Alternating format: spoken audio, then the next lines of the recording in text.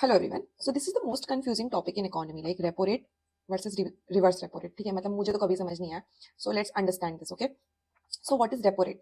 So repo rate at which RBI जो होता है वो बैंक को क्या करता है, लोन्स देता है. आरबीआई बैंक को लोन प्रोवाइड करता है. ठीक है, लेंड्स मनी टू बैंक्स. अब ये क्यों होता है? क्योंकि अगर फंड्स की शॉर्टेज हो जाती है बैंक्स को, तब आरबीआई बैंक्स को फंड प्रोवाइड करता है. तो यूजुअली फंड्स की शॉर्टेज होती है तभी होता है. साथ ही साथ ये जो होता है यूजुअली ये शॉर्ट टर्म लोन्स होते हैं. Okay, short term loans provide करता है.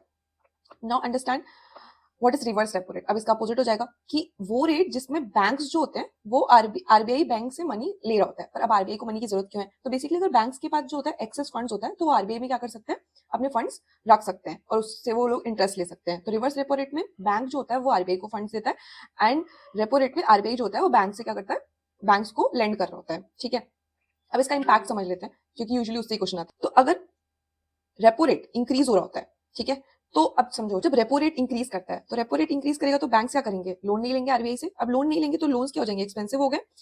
स्पेंडिंग क्या हो जाएगी, डिक्रीज हो जाएगी. और इन्फ्लेशन भी क्या होगा, अब जब स्पेंडिंग डिक्रीज होगी तो इन्फ्लेशन अपने आप कम हो जाएगा. जब रिवर्स रेपो रेट इंक्रीज करता है, अब समझो रिवर्स रेपो रेट अगर इंक्रीज करेगा तो बैंक क्या करेंगे, ज्यादा से ज्यादा आरबीआई के पास पैसे रखेंगे ताकि वो उनको ज्यादा से ज्यादा इंटरेस्ट मिलते रहे. इसलिए वो ज्यादा से ज्यादा मनी क्या करेंगे, आरबीआई के पास लेंड करेंगे. और मार्केट में क्या होगा, मनी कम हो जाएगा तो अपने आप स्पेंडिंग कम हो जाएगी और अपने आप इन्फ्लेशन कम होने लगेगा.